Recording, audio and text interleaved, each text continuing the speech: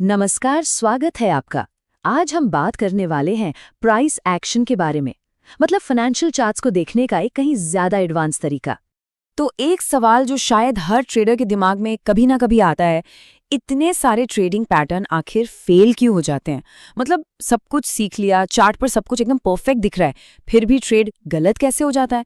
तो देखिए, इसका जो सीक्रेट है ना, वो इन लाइनों में नहीं है, बल्कि लोगों के दिमाग में है।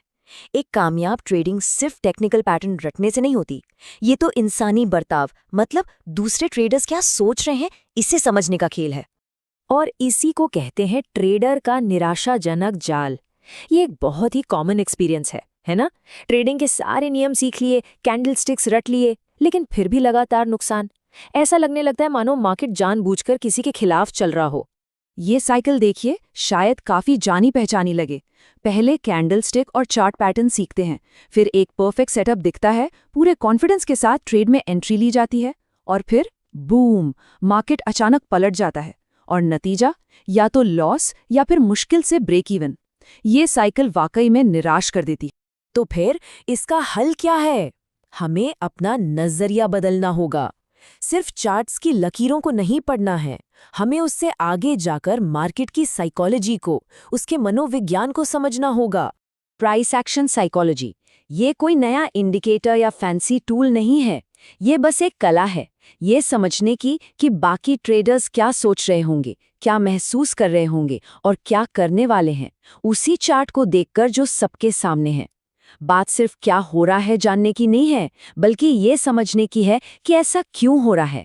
तो चलिए सबसे पहले भीड़ के इस बर्ताव को पढ़ते हैं।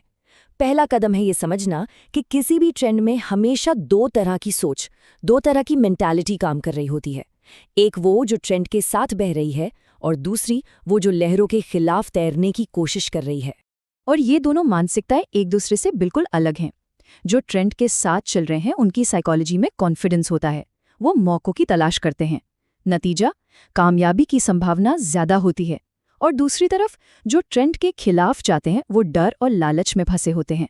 वो हमेशा टॉप या बॉटम पकड़ने के फिराक में रहते हैं, और इसका नतीजा छोटी मोटी जीत और बड़े बड़े नुकसान।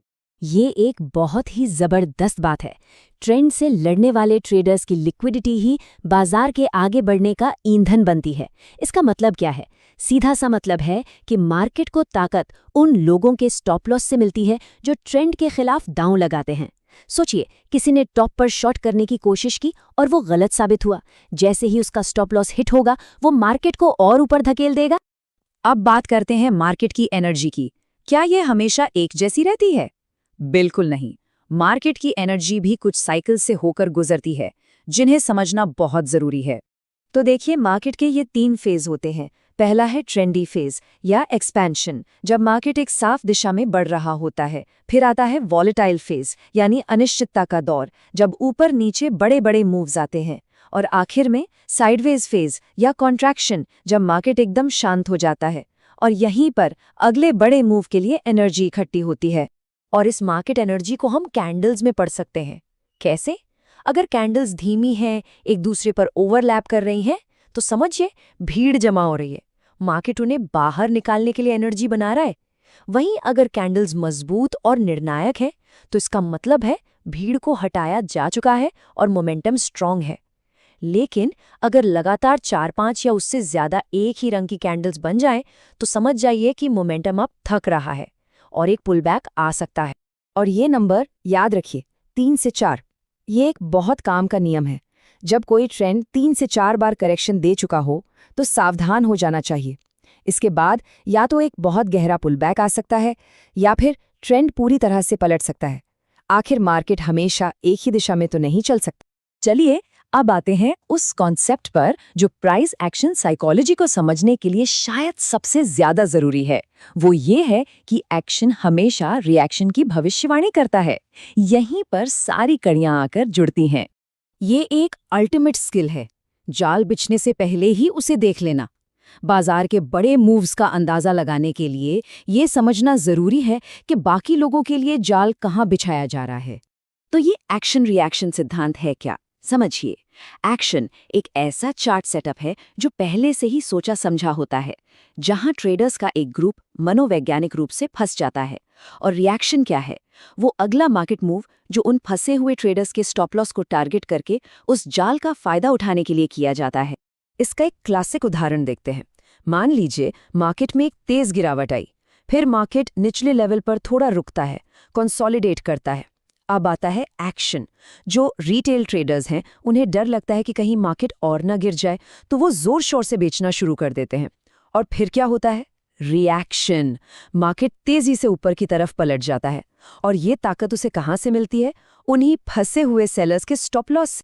तो असल में लक्ष्य क्या है? लक्ष्य है एक्शन को पहचानना और फिर रिएक्शन को ट्रेड करना।